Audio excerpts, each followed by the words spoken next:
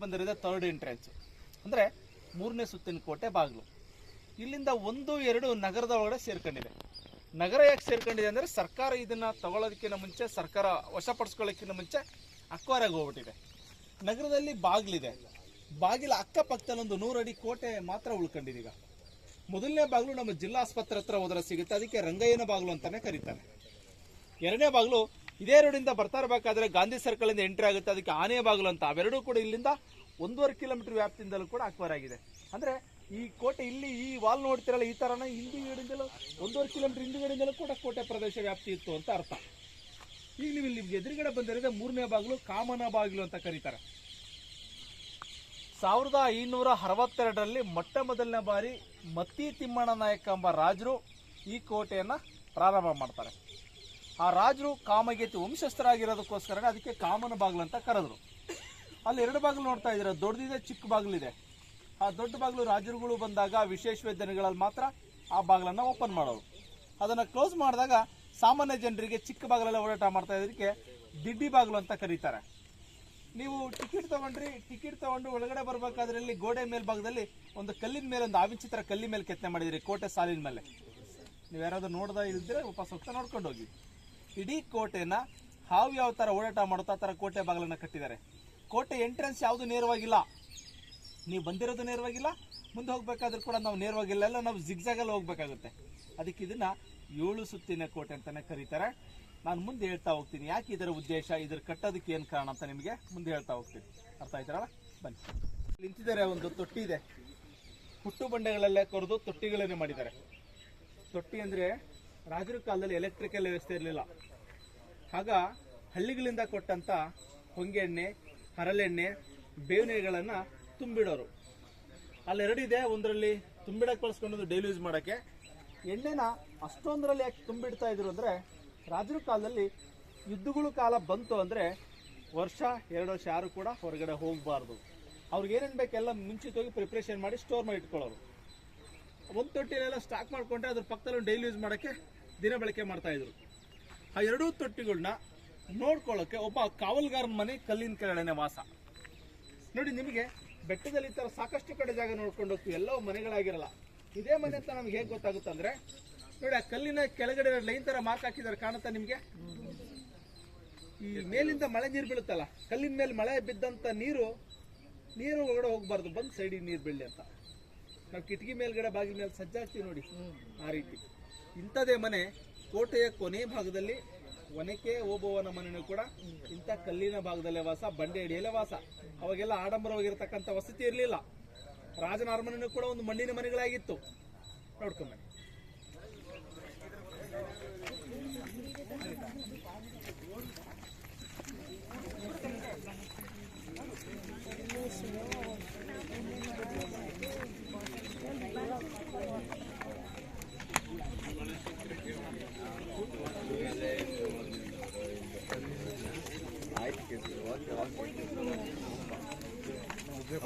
ಬಿದ್ಗಿದ್ ಬಿಟ್ರೆ ಕಣ ಒಳಗಡೆ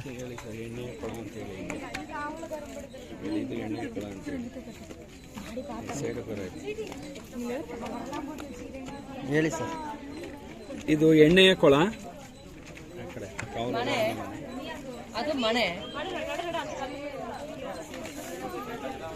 ಕಾವಲುಗಾರನ ಮನೆ. ಸ್ವಲ್ಪ ಕವರ್ ಮಾಡಿ.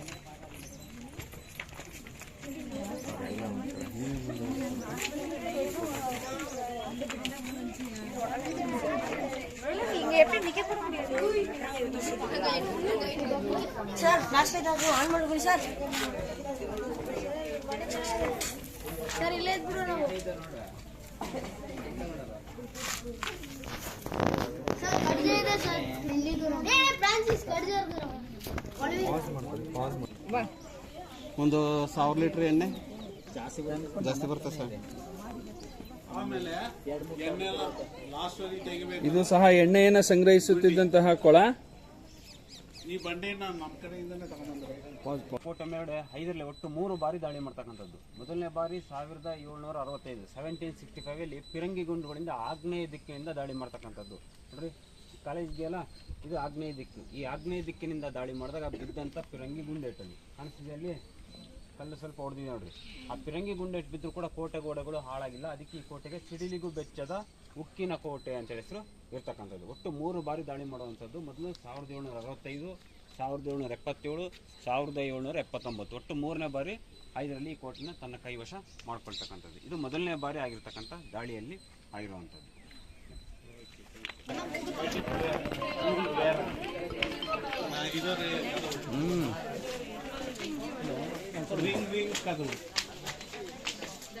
நாங்கள் சித்தூரோட கோட்டையில் ஏறிக்கிட்டு இருக்கிறோம். போயிட்டு வந்தோட்டி அப்புறம் நான் ஃபோன் பண்ணுறோம். இப்போ ಅವ್ರು ಎಕ್ಸ್ಟೆಂಡ್ ಬಾಗಿಲು ಅಂತ ಹೆಸರು. ಇಲ್ಲಿರುವಂಥ ಬಾಗಿಲು ಮುಚ್ಚಿದಾಗ ವಿಷವನ್ನ ಲೇಪನ ಮಾಡಿದಂಥ ಆಯುಧಗಳನ್ನು ಅಂದರೆ ಕತ್ತಿಗಳನ್ನಾಗಿರ್ಬೋದು ಅಥವಾ ಬರ್ಚಿಗಳನ್ನಾಗಲಿ ಬಾಗಿಲುಗಳಿಗೆ ಹಾಕ್ತಾಯಿದ್ರು.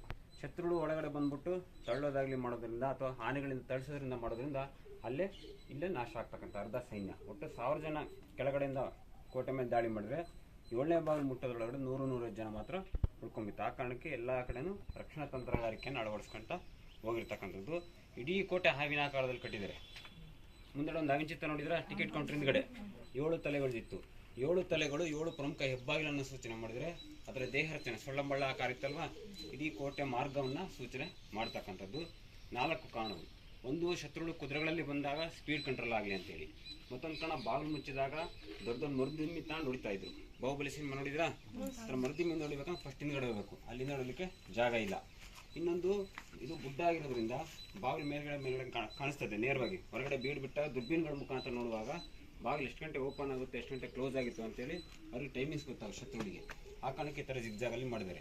4ನೇ ಕಾರಣ, ಬಾಗಿಲು ನೇರವಾಗಿದ್ದರೆ ಪಿರಂಗಿ ಗುಂಡೆ ನೋಡಿದ್ರಲ್ವಾ, ಗುರಿ ಇಟ್ಟು ಬಾಗಿಲುಗಳಿಗೆ ಹೊಡೆಯೋ ಚಾನ್ಸು ಭಾಳ ಇರ್ತದೆ. ಆ ಕಾರಣಕ್ಕೆ ಎಲ್ಲ ಕಡೆ ಬಾಗಿಲನ್ನ ಈ ಥರ ಜಿಗ್ಜಾಗ್ ಮರೆಮಾಚಿ ಮಾಡಿರ್ತಕ್ಕಂಥದ್ದು. ಈ 4 ಕಾರಣಗಳಿಂದ ಇಡೀ ಕೋಟೆ ಹಾವಿನ ಆಕಾರದಲ್ಲಿ ಅಥವಾ ಜಿಗ್ಜಾಗ್ ರೂಪದಲ್ಲಿ ನಿರ್ಮಾಣ ಆಗಿರುವಂಥದ್ದು.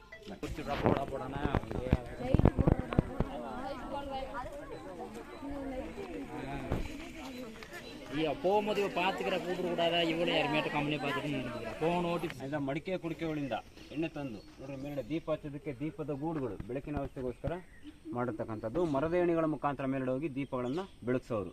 ನೋಡ್ರಿ ಈ ಕಡೆ ಒಂದು ಮಣ್ಣಿನ ಗೋಡೆ ಇದೆ. 50ರಿಂದ 100 ಜನಕ್ಕೊಬ್ಬ ಮುಖ್ಯಾಧಿಕಾರಿ ಅಂತ ಇರ್ತಾ ಇದ್ರು. ಅಂಥವ್ರು ಈ ರೀತಿ ಮಣ್ಣಿನ ಗೋಡೆಗಳಲ್ಲಿ ವಾಸ.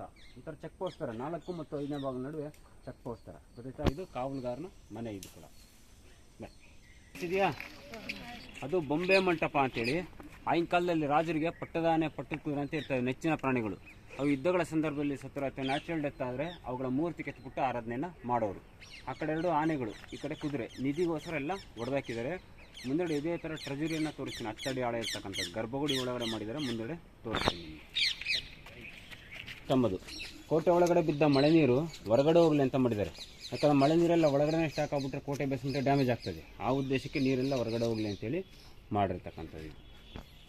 ಬಾಗಿಲು, ಗಂಟೆ ಬಾಗಿಲು ಅಥವಾ ಗೊಂಬೆ ಚಾವಡಿಯ ಬಾಗಿಲು ಅಂತ ಎಲ್ಲ ಬಾಗಿಲು ಕೂಡ ಹತ್ತಿ ಮರದ ಬಾಗಿಲಿತ್ತು. ವುಡನ್ ಡೋರ್ಸ್ ಇತ್ತು. ಡೋರೆಲ್ಲ ಹಾಳಾಗಿದೆ.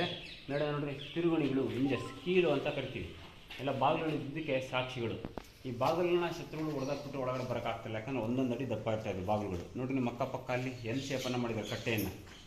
ಡಬಲ್ ಡೋರ್ ಓಪನ್ ಮಾಡೋದು ಕಟ್ಟೆ ಒಳಗೆ ಹೋಗಿ ಸೇರ್ಕೋಬೇಕಿತ್ತು.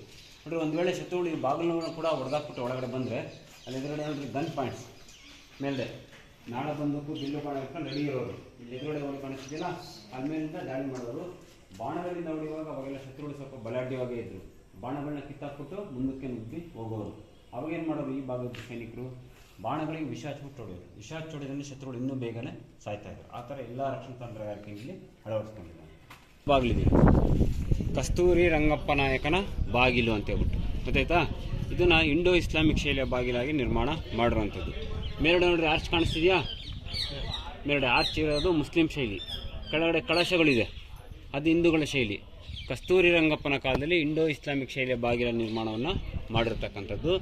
ಈ ಭಾಗದಲ್ಲಿ ನೋಡ್ರಿ 2 ಗೂಡುಗಳಿದೆ. ದೀಪ ಹಚ್ಚೋದಕ್ಕೆ ದೀಪದ ಗೂಡುಗಳು ಬೆಳಕಿನ ವ್ಯವಸ್ಥೆಗೋಸ್ಕರ ಮಾಡಿದ್ದಾರೆ. ನೋಡ್ರಲ್ಲೆಲ್ಲ ವೈಟ್ ಪೌಡರ್ ಆಗಿದೆಯಲ್ಲ, ಇದೆಲ್ಲ ಕೋತಿರಾಜ್ ಎತ್ತಿರುವಂಥದ್ದು. ಕೋತಿರಾಜ್ ಗೊತ್ತಾ, ವಿತೌಟ್ ಸೇಫ್ಟಿ, ಏನು ಸೇಫ್ಟಿ ಇಲ್ಲದೆ ಬಂಡಿಯನ್ನು ಹತ್ತಿದ್ದಾರೆ. ಬರ್ತಾರೆ ಹಿಂದಿ ನೋಡ್ಕೊಂಡು ವಾಪಸ್ ಬರುವಾಗ ನಿಮಗೆ ಬರ್ತಾರೆ, ಸಿಗ್ತಾರೆ. ನೀವು ಡೆಮೋ ನೋಡ್ಬೋದು. ಕೋಚೆ ಬನ್ನಿ. ಮುಂದ್ಗಡೆ ಕಾವಲುಗಾರ ನಿಂತು ಸುಸ್ತಾದಾಗ ಕೂರ್ಲಿಕ್ಕೆ ಆಸನ, ಕೂತ್ಕೊಂಡು ನಿದ್ದೆ ಹೋದರೆ ಅವ್ರಿಗೆ ರಿಫ್ರೆಟ್ ಆಗುತ್ತೆ. ಎಕೋ ನೋಡಿದ್ರು ಆಯಿತಾ. ಅಂದರೆ ಬಾಗಿಲು ಮುಂದೆ ಇರೋ ಸೈನಿಕ ಯಾವಾಗಲೂ ಅಲರ್ಟ್ ಆಗಿರಬೇಕು ಅಂತೇಳಿ 2 ಗೂಡುಗಳನ್ನು ಮಾಡ್ಕೊಂಡಿರುವಂಥದ್ದು. ಪೂರ್ತಿ ರಿಪೀಟ್ ಆಗಿ ಎಚ್ಚರ ಆಗುತ್ತೆ ಅವ್ರಿಗೆ. ಎರಡು ಗಜ ಕಾಳಗ ಕಾಣಿಸಿದ್ಯಾ? ಎರಡು ಮದಿಸಿದ ಆನೆಗಳು ಕಾಳಗ ಮಾಡಿಬಿಟ್ಟು ಯಾವ್ದು ಗೆಲ್ಲುತ್ತದೋ ಪಾಳೆಯಗಾರರಿಗೆ ಪಟ್ಟದಾನೆಯಾಗಿ ಆಯ್ಕೆ ಆಗ್ತಾ ಇತ್ತು. ಮೇಲ್ಗಡೆ ಕಸ್ತೂರಿ ರಂಗಪ್ಪ ನಾಯಕ ಹುಲಿಯನ್ನು ಬೇಟಾಡುವಂಥ ಚಿತ್ರ. ಈ ಕಡೆ ಸೈನ್ಯಾಧಿಕಾರಿಗಳು ವೀರಮರಣ ಹೊಂದಿದಂಥ ಸಂದರ್ಭದಲ್ಲಿ ಯುದ್ಧದಲ್ಲಿ ನೆನಪಿಗೋಸ್ಕರ ಮಾಡುವಂಥದ್ದು. ನೋಡ್ರಿ ಇಲ್ಲೆಲ್ಲ ಕೆತ್ತನೆಗಳನ್ನ ನೋಡ್ಬೋದು. ನಿಮಗೆಲ್ಲ ದೇಹ ರಚನೆ ಬಂದಿದೆ, ಅದರ ಮುಖಚರಿ ಬಂದಿಲ್ಲ. ಈ ಕಲ್ಲಿಗೆ ನೀವೇನು ಕೋಟೆ ಒಳಗಡೆ ಕಲ್ಲು ನೋಡ್ತಿದ್ದೀರಾ, ಇದಕ್ಕೆ ಉಪ್ಪುಗಲ್ಲು ಅಥವಾ ಕಾಡುಗಲ್ಲು ಅಂತ ಕರೀತಕ್ಕಂಥದ್ದು. ಸೂಕ್ಷ್ಮವಾಗಿ ಕೆತ್ತನೆ ಮಾಡೋದಕ್ಕೆ ಸಪೋರ್ಟ್ ಮಾಡಲ್ಲ ಈ ಕಲ್ಲು. ಮತ್ತು ಆದರೂ ಕೂಡ ಎಷ್ಟು ಕಲೆಯವಂತವಾದ ಶಿಲ್ಪಕ್ಕೆ ಎಷ್ಟು ಸಾಧ್ಯ ಆಗುತ್ತೆ ಅಷ್ಟು ಸಪೋರ್ಟನ್ನು ಕೊಟ್ಟಿರುವಂಥದ್ದು. ನೋಡ್ಬೋದು ನೀವೆಲ್ಲ ದೇಹ ರಚನೆ ಬಂದಿರ, ಮುಖ ಬಂದಿಲ್ಲ, ಕಣ್ಣು ಕಿವಿ ಮೂಗು ಇದೆ, ಅದು ಬಂದಿಲ್ಲ ಇಲ್ಲಿ. ಬಟ್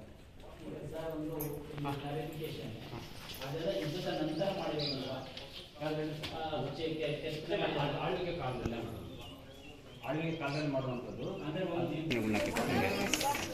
ಸ್ವಲ್ಪ ಸ್ಟಾಪ್ ಸರಿ ಈ ಕಡೆ ಅಲ್ಲಲ್ಲಿ ಈ ಕಡೆ ತಿರುಗಿ ತಿರುಗಿ ನೋಡಿ. ನೋಡ್ರಲ್ಲಿ ಎರಡು ಮೀನಿನ ಚಿತ್ರ ಕಾಣಿಸ್ತಾ? ಎರಡು ಮೀನು ಇದ್ರೆ ಸುತ್ತಮುತ್ತ ನೀರಿದೆ ಅಂತೇಳಿ ಸಿಂಬಲ್. ಅವಾಗೆಲ್ಲ ಬರವಣಿಗೆ ಜಾಸ್ತಿ ಇರಲಿಲ್ಲ, ಆ ಕಾರಣಕ್ಕೆ ಚಿತ್ರಗಳ ಆಧಾರದ ಮೇಲೆ ಅಂದರೆ ಗುರುತುಗಳ ಆಧಾರದ ಮೇಲೆ ಅವರು ಫಾಲೋ ಆಗ್ತಾ ಇದ್ರು. ಮುಂದಡೆ ನಮ್ಗೆ ಇದೇ ಸಿಂಬಲ್ ಇರೋ ಕಡೆ ಕುಡಿಯೋ ನೀರನ್ನು ತೋರಿಸ್ತೀನಿ. ನೋಡ್ರಿ ಈ ಕಡೆ ಒಂದು ಶಾರ್ದೂಲ ಕಾಲ್ಪನಿಕ ಪ್ರಾಣಿ ಕಾಣಿಸಿದ್ಯಾ? ಅದು ಜೀವಂತ ಇರಲಿಲ್ಲ, ಕಾಲ್ಪನಿಕವಾಗಿ ನಿರ್ಮಾಣ ಮಾಡಿರುವಂಥದ್ದು. ಚಿರತೆ ಕಾಲು, ಸಿಂಹದ ದೇಹ, ಆನೆಯ ತಲೆ, ಉಡದ ನಾಲಿಗೆ, ಇಷ್ಟು ಪ್ರಾಣಿಗಳನ್ನ ಸೇರಿಸಿ ಮಾಡಿರುವಂಥದ್ದು. ಗಂಡ ಬೆರುಂಡ ಪಕ್ಷಿ ನೋಡಿದ್ರಾ? ಗೋಂಡ್ ಬಸ್ ಮೇಲೆ ಇರ್ತದೆ ನೋಡ್ರಿ, ಎರಡು ತಲೆದಿರುತ್ತೆ ನೋಡ್ರಿ ಗೋಂಡ್ ಬಸ್ ಮೇಲೆ. ಅದು ಕಾಲ್ಪನಿಕ ಪಕ್ಷಿ, ಗೊತ್ತಾಯ್ತಾ? ಅದು ಕಾಲ್ಪನಿಕ ಪಕ್ಷಿ, ಇದು ಕಾಲ್ಪನಿಕ ಪ್ರಾಣಿ. ಈಗ ಹೋಗ್ತಾ ಬಸ್ಸಲ್ಲಿ ಹೋಗ್ತಿರಲ್ಲ, ಆ ಕಡೆ ಈ ಕಡೆ ಗೋಂಡ್ ಬಸ್ ಬರ್ತಾವಲ್ಲ, ಅದ್ರ ಮೇಲೆ ನೋಡ್ರಿ ಒಂದು ಚಿಹ್ನೆ ಇರುತ್ತೆ. ಬನ್ನಿ.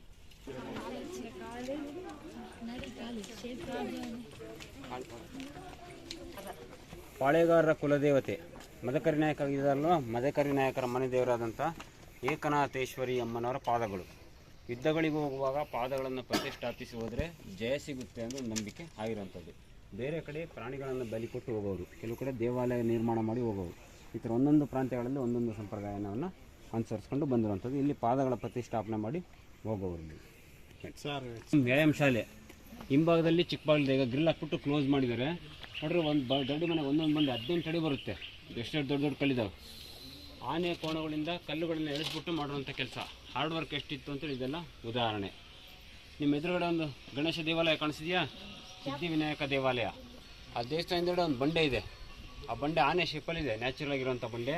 ಅದರೊಳಗಡೆ ಕೊರೆದ್ಬಿಟ್ಟು ಮಾಡಿದ್ದಾರೆ. ಹಿಂದೆಗಡೆಯಿಂದ ಸ್ಪಷ್ಟ ಕಾಣುತ್ತೆ, ತೋರಿಸ್ತೀನಿ ಹಿಂದೆಗಡೆ ಗಣೇಶ ಆನೆ ಶೇಪಲ್ಲಿರುವಂಥದ್ದು. ಕಾಣಿಸ್ತಿದೆ ಆನೆ ಶೇಪಲ್ಲಿ? ಮತ್ತು ಇಲ್ಲ ನೋಡ್ರಿ ಅಲ್ಲಿ ಒಂದು ಶಾರ್ಪ್ ಇದೆಯಲ್ಲ ಬೇವಿನ ಮರದಲ್ಲಿ ಹತ್ರ, ಮೊಳದ ಕಿವಿ ಆಕಾರದಲ್ಲಿದೆ ನೋಡ್ರಿ. ಸ್ವಲ್ಪ ಬರ್ರಿ ಕಾಣುತ್ತೆ, ಅಲ್ಲಿ ಮೊಳದ ಕಿವಿ ಆಕಾರದಲ್ಲಿ ಕಾಣುತ್ತಾ? ಮತ್ತು ಅಲ್ಲಿ ನೋಡ್ರಿ ಅಲ್ಲಿ ಮೇಲ್ಗಡೆ ಒಂದು ಶಿಪ್ ಥರ ಕಾಣುತ್ತೆ, ಹಡಗಿನ ಆಕಾರ. ಕಾಣಿಸಿದ್ಯಾ? ಮತ್ತು ಈ ಕಡೆ ನೋಡ್ರಿ ನಿಮ್ಮ ಬಲಗಡೆ ಕಪ್ಪೆ ಆಕಾರ ಕಾಣಿಸ್ತಾ? ನೋಡ್ರಿ ನಿಮ್ಮ ಮುಂದ್ಗಡೆ ಇರೋದು ಮೊಸಳೆ ಆಕಾರದಲ್ಲಿ ಕಾಣುತ್ತೆ. ಇಲ್ಲಿ ನೋಡ್ರಿ, ಹಾಂ ಈಗ ನೋಡಿದ್ರಲ್ಲ, ಈಗ ಕೇಳ್ರಿ, ಈಗ ಕೇಳಿಸ್ಕೊಳ್ಳಿ. ಈಗ ಇಲ್ಲಿ ಯಾವುದೇ ಕಲ್ಲು ಬಂಡೆಗಳನ್ನ ನೋಡಿದ್ರು ನಿಮ್ಮ ಮನಸ್ಸಿಗೆ ಭಾವನೆಗೆ ತಕ್ಕಂತೆ ವಿಚಿತ್ರವಾದ ಕಲ್ಲುಗಳು ಕಾಣಿಸ್ತದೆ. ಆ ಕಾರಣಕ್ಕೆ ಪ್ರದೇಶಕ್ಕೆ ಚಿತ್ರದುರ್ಗ ಅಂತ ಹೆಸರಿದೆ. ಇದಕ್ಕೆ ಚಂದ್ರಾವಳ್ಳಿ, ಸೂಳುಗಲ್ಲು, ಪೆರುಮಾಳೆಪುರ, ಹಿಡಂಬಾಪಟ್ಟಣ, ಐದಲಿಕೆಷ್ಟ, ಫರಾಕಾಬಾದ್, ಬ್ರಿಟಿಷರ ಕೈವಶಾದ ಚಿತ್ರದುರ್ಗ, ಇಷ್ಟು ಹೆಸರು ಪುರಾತನ ಹೆಸರುಗಳು. ಚಿತ್ತ ಕಲ್ಲು ದುರ್ಗ ಅಂತೇಳಿ ಹಂತ ಚಿತ್ರದುರ್ಗ ಅಂತೇಳಾಗಿದೆ. ಚಿತ್ತ ಅಂದರೆ ಮನಸ್ಸು, ದುರ್ಗ ಅಂದರೆ ಕೋಟೆ. ಆ ಕಾರಣಕ್ಕೆ ಪ್ರದೇಶಕ್ಕೆ ಚಿತ್ರದುರ್ಗ ಅಂತೇಳಿ ಹೆಸರು ಬಂದಿರ್ತಕ್ಕಂಥದ್ದು. ನೀವು ಯಾವ ಊರಿಗೆ ಬಂದಿದ್ದೀರಾ? ಹೆಸರು ಹಾಕಿ ಬಂದ ಅಂತ ಗೊತ್ತಾಯ್ತಾ? ಹಾಂ ಬನ್ನಿ.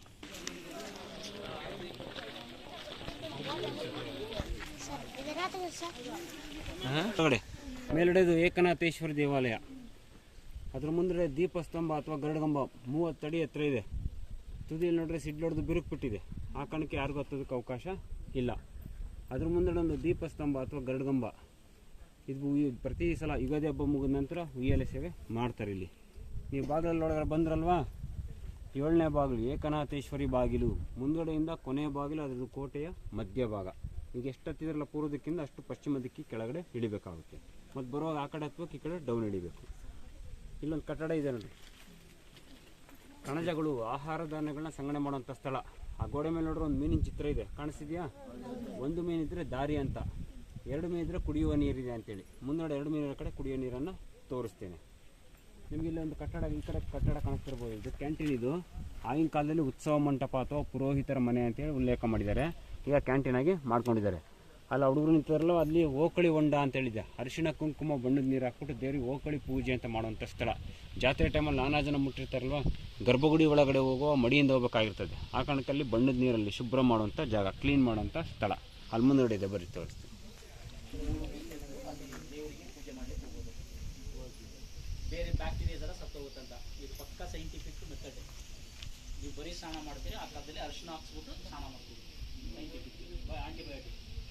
ಓಕೆ, ಈಗಿರುವ ಮಾತ್ರೆಗಳಲ್ಲ. ಅವ್ರು ಎಕ್ಸ್ಪ್ಲೇನ್ ಮಾಡ್ತಾರೆ.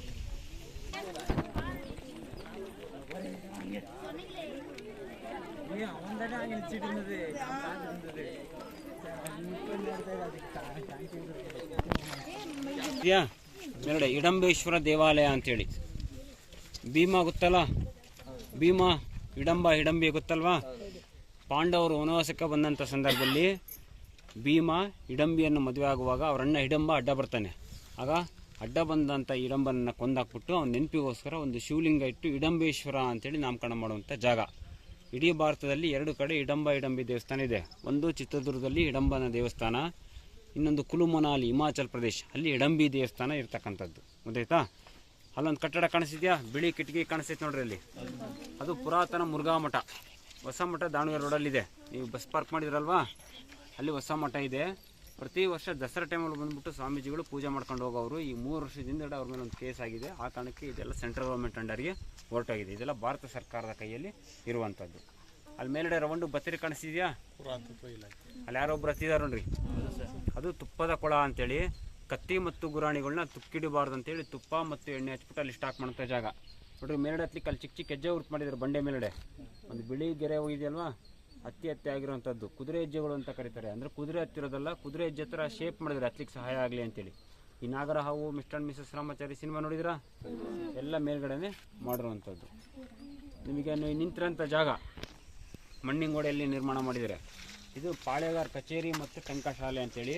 ರಾಜರು ರಾಜಗುರುಗಳು ಎಲ್ಲ ಕೂತ್ಕೊಂಡು ಚರ್ಚೆ ಮಾಡುವಂಥ ಸ್ಥಳ, ಮೀಟಿಂಗ್ ಹಾಲ್, ವಿಧಾನಸೌಧ ಥರ. ಟಂಕಶಾಲೆ ಅಂದರೆ ಕಾಯಿನ್ ಪ್ರಿಂಟ್ ಮಾಡುವಂಥ ಜಾಗ, ನಾಣ್ಯಗಳನ್ನು ಮುದ್ರಣ ಮಾಡುವಂಥ ಸ್ಥಳಕ್ಕೆ ಟಂಕಶಾಲೆ ಅಂತ ಹೇಳ್ಬಿಟ್ಟು ಹೆಸರು. ಎಲ್ಲ ಕಡೆ ಕಲ್ಲಿಂದ ಮಾಡಿ, ಇಲ್ಲಿ ಯಾಕೆ ಮಣ್ಣಿನ ಮಾಡಿದೆ ಅಂದರೆ ಇಲ್ಲಿ ಬಿಸಿಲು ಜಾಸ್ತಿ, ಒಳಗಡೆ ತಂಪಿನ ವಾತಾವರಣ ಇರಲಿ ಅನ್ನೋ ಉದ್ದೇಶಕ್ಕೆ ಮಣ್ಣಿನ ಗೋಡೆಗಳು, ಗಚ್ಚಿನ ಮನೆಗಳು ಅಂತೇಳಿ ಕರಿತಕ್ಕಂಥದ್ದು. ಈ ಮಣ್ಣು 400 ರಿಂದ 600 ವರ್ಷ ಹಳೆ ಗೋಡೆಗಳು. ಇದಕ್ಕೆ ಅಂಟೋಳಕಾಯಿ, ಬಿಲ್ಪತ್ರೆಕಾಯಿ, ಲೋಳೆ ರಸ, ಗರ್ಕೆ ಹುಲ್ಲು, ಸುಣ್ಣ, ಮೊಟ್ಟೆ, ಬೋಕೆ ಚೂರು, ಬೆಲ್ಲದ ಅಚ್ಚು, ರಾಗಿ ಅಂಬಲಿ ಮತ್ತು ಭತ್ತದ ತೌಡು ಇಷ್ಟು ಹಾಕ್ಬಿಟ್ಟು ಆನೆ ಕೋಣಗಳಿಂದ ತಿಳಿಸಿ ಗೋಡೆಗಳ ನಿರ್ಮಾಣವನ್ನು ಮಾಡಿರ್ತಕ್ಕಂಥದ್ದು. ಇವು ಗಾಳಿ ಮಳೆಗೆ ಕರಗಿಲ್ಲ, ಮನುಷ್ಯನ ಆಸೆಯಿಂದ ಹಾಳಾಗಿದೆ. ಗೋಡೆ ಒಳಗಡೆ ಮಡಕೆ ಚೂರು ಸಿಗ್ತದಲ್ಲ, ಅದನ್ನು ಬೆಳ್ಳಿ ಬಂಗಾರ ಕಾಯಿನ್ ಸಿಗುತ್ತೆ ಅಂತ ತೋರಿಸಿದ್ರು. ತೋಡಿ ಗೋಡೆಗಳು ಹಾಳಾಗಿದ್ದರಿಂದ ಗಾಳಿ ಮಳೆಗೆ ಕರಗಿಲ್ಲ ತುಂಬ ಕಡಿಮೆ. ಇದರೊಳಗಡೆ ಒಂದು ದೇವಸ್ಥಾನ ಥರ ಮಾಡ್ಕೊಂಡಿರ್ತಕ್ಕಂಥದ್ದು, ಅದನ್ನು ಟ್ರೆಜರಿ, ಖಜಾನೆ ಅಂತ ಕರೀತಾರೆ. ಅದರಲ್ಲಿ ಒಳಗಡೆ ದುಡ್ಡು ಕಾಸೆಲ್ಲ ಬಚ್ಚಿಟ್ಟು ಒಂದು ವಿಗ್ರಹವನ್ನು ಇಟ್ಟರೆ ನೋಡೋದಕ್ಕೆ ದೇವಸ್ಥಾನ ಥರ ಕಾಣಿಸುತ್ತೆ. ಕನ್ಫ್ಯೂಸ್ ಮಾಡಲಿಕ್ಕೆ ಅದಕ್ಕೆ ಮಾಡಿದ್ದಾರೆ. ಈಗ ಯಾಕೆ ಹೆಚ್ಚಾಗಿ ಗರ್ಭಗುಡಿಗಳ ಮೇಲೆ ದಾಳಿ ಆಗ್ತದೆ ಅಂದರೆ ಇದೇ ಉದ್ದೇಶ. ಗರ್ಭಗುಡಿ ಕೆಳಗಡೆ ಏನಾದ್ರು ಇಟ್ಟಿರ್ತಾರೆ ಅಂತ. ಇದು ಮೇಲ್ಗಡೆ ಪೂರ್ತಿ ಓಪನ್ ಇರಲಿಲ್ಲ, ಬಿದಿರಿನ ಚಾವಣಿ ಇತ್ತು. ಅದು ಕಾಲಕ್ರಮ ಗಾಳಿ ಮಳೆ ಅದು ಹಾಳಾಗಿದೆ ಪೂರ್ತಿ. ಆಯಿತಾ? ಆ ಥರ ಬತ್ತೇರಿಗಳು, ಅದು ಏನೈತಲ್ಲ ಆ ಥರ ಬತ್ತೇರಿಗಳು 40ಕ್ಕೂ ಹೆಚ್ಚು ಬತ್ತೇರಿಗಳಿದೆ. 40+ ವಾಚ್ ಟವರ್, ಕಾವಲು ಗೋಪುರಗಳು ಅಂತೇಳಿ. ಅದೇ ಥರ ಬತ್ತೇರಿನೇ ಓಬೋವನ ಕಿಂಡಿ ಹತ್ರ ಓಬೋವನ ಗಂಡ ಕಹಳೆ ಊದುವಂಥ ಜಾಗ. ಮುಂದುಗಡೆ ನಿಮಗೆ ತೋರಿಸ್ತೀವಿ. ಗೊತ್ತಾಯ್ತಾ? ಕುದುರೆ ಕಾಲಿಗೆ ಲಾಳ ಅಂತ ಹಾಕ್ತಾರಲ್ವಾ, ಲಾಳ ನೋಡಿದ್ರಲ್ವಾ, ಆರ್ಶು ಲಾಳ ಹಾಕ್ದಾಗ ಬಂಡೆಗಳು ಜಾರ್ಬಾರ್ದು ಅಂತೇಳಿ ಕುದುರೆಗಳಿಗೆಲ್ಲ ಗ್ರಿಪ್ಪಿಗೋಸ್ಕರ ಮಾಡಿರ್ತಕ್ಕಂಥದ್ದು. ಇಲ್ಲಿ ಕೋಟೆ ಒಳಗಡೆ ಬಳಸ್ತಕ್ಕಂಥ ಕುದುರೆಗಳಿಗೆ ತರಬೇತಿ ಕೊಟ್ಟಂಥ ಕುದುರೆಗಳನ್ನು ಬಳಸ್ತಾ ಇದ್ರು. ಯಾಕಂದರೆ ಹೊಸ ಕುದುರೆಗಳು ಬಂದರೆ ಜಾರಿ ಬೀಳ್ತಾ ಇದ್ದು ಲಾಳ ಹಾಕಿದಾಗ ಬಂಡೆಗಳ ಮೇಲೆ ಗ್ರಿಪ್ ಸಿಗ್ತಾ ಇರಲಿಲ್ಲ. ಆ ಕಾರಣಕ್ಕೆ ತರಬೇತಿ ಕೊಟ್ಟಂಥ ಕುದುರೆಗಳು ಮಾತ್ರ ಈ ಕೋಟೆ ಒಳಗಡೆ ಓಡಾಡೋಂಥ ವ್ಯವಸ್ಥೆ ಇರ್ತಕ್ಕಂಥದ್ದು. ಇಲ್ಲಿ ಬಂಡೆ ನೇಯಿಸಿದ್ದೇವೆ, ನಿಧಾನಕ್ಕೆ ಬರ್ರಿ. ಹೊಂಡಗಳಿದೆ, ಅಕ್ಕ ತಂಗಿ ಹೊಂಡಗಳು ಅಂತೇಳಿ. 1779 1779 5ರಲ್ಲಿ ಈ ಕೋಟೆನ ವಶ ಮಾಡಿಕೊಂಡಾಗ ಮದಕರಿ ನಾಯಕನ ಹೆಂಡತಿಯರಾದ ಪದ್ಮಮ್ಮನಾಗತಿ, ಬಂಗಾರಮ್ಮನಾಗತಿ ಇಬ್ಬರು ಆತ್ಮಹತ್ಯೆ ಮಾಡ್ಕೊಂಡಿರುವಂಥ ಸ್ಥಳಗಳಿಗೆ ಅಕ್ಕ ತಂಗಿ ಹೊಂಡಗಳು ಅಂತೇಳಿ. ಮತ್ತೊಂದು ಕಾರಣ, ಮಳೆ ಕೊಯ್ಲಿಗೋಸ್ಕರ ಮಾಡ್ಕೊಂಡಿದ್ದಾರೆ, ರೈನ್ ವಾಟರ್ ಹಾರ್ವೆಸ್ಟಿಂಗ್. ಈ ಬೆಟ್ಟ ಇದೆಯಲ್ವಾ, ಈ ಬೆಟ್ಟದ ಹಿಂಭಾಗದಲ್ಲಿ ಗೋಪಾಲಸ್ವಾಮಿ ಹೊಂಡ ಇದೆ. ಅಲ್ಲಿಂದ ಅಕ್ಕನ ಹೊಂಡ, ತಂಗಿ ಹೊಂಡ, ತಣ್ಣೀರು ದೋಣಿ, ಸಿಹಿನೀರು ಹೊಂಡ, ಸಂತ ಹೊಂಡ, ಈಗ ಒಂದಕ್ಕೊಂದು ಲಿಂಕ್ ಇತ್ತು. ಚಿತ್ರದುರ್ಗ 12 ವರ್ಷ ಬರಗಾಲ ಬಂದರೂ ಏನು ತೊಂದರೆ ಆಗಬಾರ್ದು ಅಂತೇಳಿ ಮಳೆ ಕೊಯ್ಲನ್ನು ಅಳವಡಿಕೆ ಮಾಡ್ಕೊಂಡಿದ್ದಾರೆ. ಇವತ್ತಿಗೆ ಈ ನೀರು ಫಿಲ್ಟ್ರಾಗಿ ಮುಂದುಗಡೆ ಸಿಗ್ತದೆ. ಓಬೋವ ನೀರು ತರಲಿಕ್ಕೆ ಬರುವಂಥ ಸ್ಥಳ ತಣ್ಣೀರು ದೋಣಿ ಹತ್ರ ಫುಲ್ಲು ಕ್ಲಿಯರಾಗಿ ಮಣ್ಣೊಳಗಡೆ ಬರೋದ್ರಿಂದ ಫಿಲ್ಟ್ರಾಗಿ ಬರೋದ್ರಿಂದ ಫುಲ್ಲು ತಿಳಿಯಾಗಿ ಬರ್ತಕ್ಕಂಥ. ಮುಂದಡೆ ನಿಮಗೆ ತೋರಿಸ್ತೀನಿ ಬನ್ನಿ. ನನಗೆ ಒಂದು ಹಾಂ ಸರ್, ಹೇಳಿ. ಈ ನಾಯಕರುಗಳು ಸೇನಾನಿಗಳು ಇರುವ ಪ್ಲೇಸಸ್ ಎಲ್ಲ ತೋರಿಸಿದ್ರಿ. ಹೌದು ರಾಜರಾಣಿಯರು ಇರುವ ಕೋಟೆ ಇಲ್ಲಿದೆ ಸರ್. ಈ ಬೆಟ್ಟ ತುಪ್ಪದ ಕೊಳ ಅಂತ ತೋರಿಸಿದ್ನಲ್ಲ, ಅದ್ರ ಹಿಂದ್ಗಡೆ ಈಗ ಏನಿದ್ರು ಅವಶೇಷಗಳು, ಬೇಸ್ ಮಠ ಮಾತ್ರ ಉಳ್ಕೊಂಡಿದ್ದೆಲ್ಲ ಪೂರ್ತಿ ಹಾಳಾಗಿದೆ. ಯಾಕಂದ್ರೆ ದಾಳಿ ಮಾಡಿದ ತಕ್ಷಣ ಫಸ್ಟ್ ದಾಳಿ ಮಾಡೋ ಉದ್ದೇಶ ಎರಡೇ, ಒಂದು ಸಾಮ್ರಾಜ್ಯ ವಿಸ್ತರಣೆ, ಇನ್ನೊಂದು ಸಂಪತ್ತು. ದಾಳಿ ಮಾಡಿದ ತಕ್ಷಣ ಫಸ್ಟ್ ಅರಮನೆಗಳ ಮೇಲೆ ದಾಳಿ ಮಾಡ್ತಕ್ಕಂಥ, ಯಾಕಂದ್ರೆ ಸಂಪತ್ತಿಗೋಸ್ಕರ.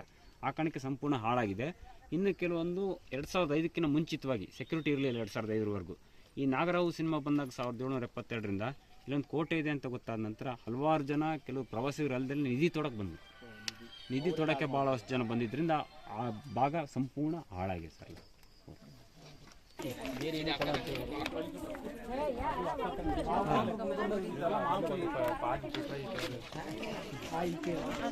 ದಿಕ್ಕಿಂದ 7 ಪ್ರಮುಖ ಹೆಬ್ಬಾಗಿಲನ್ನು ನೋಡಿದಿರಿ. ಅದೇ ರೀತಿ ನಾವೀಗ ಇಳಿಜಾರಿ ಪಶ್ಚಿಮ ದಿಕ್ಕಿಗೆ ಹೋಗ್ತಾ ಇದ್ವಿ. ಹಿಂಭಾಗದಿಂದ 2 ಸುತ್ತಿನ ಕೋಟೆಯನ್ನು ಮಾಡಿದರೆ, ಒಂದನೇದು ಹನುಮನ ಬಾಗಿಲು ಮುಂಭಾಗದಲ್ಲಿ ಇದೆ, ಇನ್ನೊಂದು ನಾಗತಿ ಬಾಗಿಲು ಹಿಂಭಾಗದಿಂದ 2ನೇ ಸುತ್ತಿನ ಕೋಟೆ.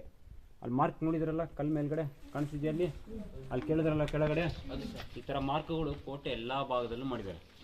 ಯಾಕಂದ್ರೆ ಅವಾಗೆಲ್ಲ ಸಿಡಿಮದ್ದಿನ ಪರಿಚಯ ಇರಲಿಲ್ಲ ಇವರಿಗೆ. ಅವಾಗೇನು ಮಾಡೋರು, ಬಿದಿರು ಬೊಂಬಿಂದ ಕಲ್ಲು ಬಂಡೆಗಳನ್ನ ಹೊಡೆಯೋರು ಕೋಟೆ ಕಟ್ಟಬೇಕು ಅಂದರೆ. ಫಸ್ಟ್ ಆ ಥರ ಎಲ್ಲ ಹೋಲ್ ಮಾಡಿ ಅದಕ್ಕೆ ಬಿದಿರು ಬೊಂಬು ಹಾಕೋರು. ಬಿದಿರು ಬೊಂಬು ಹಾಕಿ ಅದಕ್ಕೆ ಸೊಪ್ಪಿನ ರಸ, ಉಪ್ಪು ನೀರು, ಬಿಸಿನೀರು ಹಾಕಿದಾಗ 40ರಿಂದ 60 ದಿನಗಳ ಕಾಲಾವಕಾಶ ಆದ ನಂತರ ಬಿದಿರು ಬೊಂಬು ಎಕ್ಸ್ಪೆಂಡ್ ಆಗುತ್ತೆ, ದಪ್ಪ ಆಗುತ್ತೆ. ಉಬ್ಬಿದಾಗ ಬಂಡೆ ಮೇಲೆ ಪ್ರೆಸರ್ ಬಿದ್ದು ಬಂಡೆ ಹೊಡಿತಾ ಇತ್ತು. ಈ ಥರ ನ್ಯಾಚುರಲ್ ಕಲ್ಲು ಬಂಡೆಗಳನ್ನ ಹೊಡೆದು ಈ ಕೋಟೆ ನಿರ್ಮಾಣವನ್ನು ಮಾಡಿರ್ತಕ್ಕಂಥದ್ದು. ಇನ್ನೊಂದು ವಿಧಾನ ಅಂದರೆ, ದೊಡ್ಡ ದೊಡ್ಡ ಬಂಡೆ ಕೆಳಗಡೆ ಗುಂಡಿಯನ್ನು ತೋಡಿ ಅಲ್ಲಿ ಕಟ್ಟಿಗೆಗಳನ್ನು ಹಾಕಿ ಬೆಂಕಿ ಹಚ್ಚೋರು. ಆ ಬೆಂಕಿ ಹಚ್ಚಿ ಅದರ ಹೀಟಿಗೆ, ಕಾವಿಗೆ ಬಂಡೆ ಹೊಡಿತಾ ಇತ್ತು. ಈ ಥರ 2 ವಿಧಾನಗಳಲ್ಲಿ ಕಲ್ಲುಗಳನ್ನು ಹೊಡೆದು ಈ ಕೋಟೆ ನಿರ್ಮಾಣವನ್ನು ಮಾಡಿರ್ತಕ್ಕಂಥ. ಸಿಡಿಮದ್ದಿನ ಬಳಕೆ ಅವಾಗ ಇರಲಿಲ್ಲ. ಗೊತ್ತಾಯ್ತು ಕೇಳಿ. ಮೇಲ್ಗಡೆ ದೃಷ್ಟಿ ಬೊಂಬೆ, ಕೋಟೆಗೆ ದೃಷ್ಟಿ ಆಗಬಾರ್ದು ಅಂತೇಳಿ ಮಾಡ್ಕೊಂಡಿದ್ದಾರೆ. ಅದ್ರ ಕೆಳಗಡೆ 2 ಮೀನಿನ ಚಿತ್ರ ಇದೆ. 2 ಮೀನಿದ್ರೆ ಸುತ್ತಮುತ್ತ ಕುಡಿಯುವ ನೀರಿದೆ ಅಂತೇಳಿ. ಈ ಬಂಡೆ ಕೆಳಗಡೆ ಓಬವ್ವ ನೀರು ತರ್ಲಿಕ್ಕೆ ಬರುವಂಥ ಜಾಗ. ಈ ತೋರಿಸಿ ಫುಲ್ ಸಿಡಿ ಆಗ್ಬಿಡುತ್ತೆ. ಅಕ್ಕ ತಂಗಿ ಹೊಂದಿನಿಂದ ಇಲ್ಲೊಂದು ಕಟ್ಟೆ ಕಾಣಿಸ್ತಿಯಲ್ಲ, ಪೂಜೆ ಮಾಡಿದಾರಲ್ವಾ, ಅದು ಓಬವ್ವನ ಸಮಾಧಿ.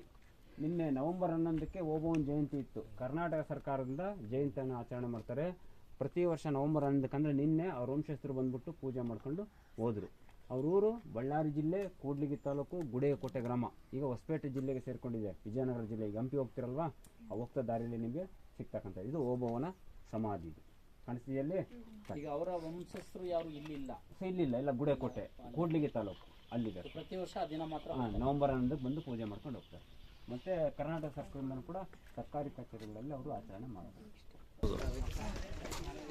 ನೀರು ನೋಡೋಗಂಟ ಈಗ ಫಿಲ್ಟರ್ ವಾಟರ್ ಕಂಡ್ರೆ ನೋಡ್ರಿ, ಅಲ್ಲಿ ಫಿಲ್ಟರ್ ವಾಟರ್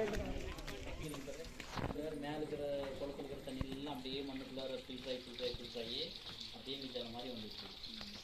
இது குளம் குடிக்கிறதுக்கு ಶುದ್ಧವಾದ ನಾವು ಕುಡಿಬೋದ ನೀರು ಸರ್? ಬೇಡ ಬೇಡ ಸರ್.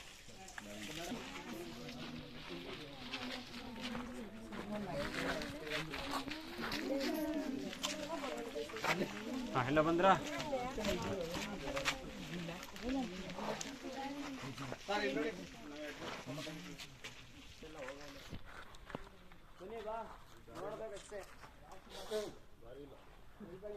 ಮೇಡಮ್ ತಲ ಕಾಣ್ಕೋ.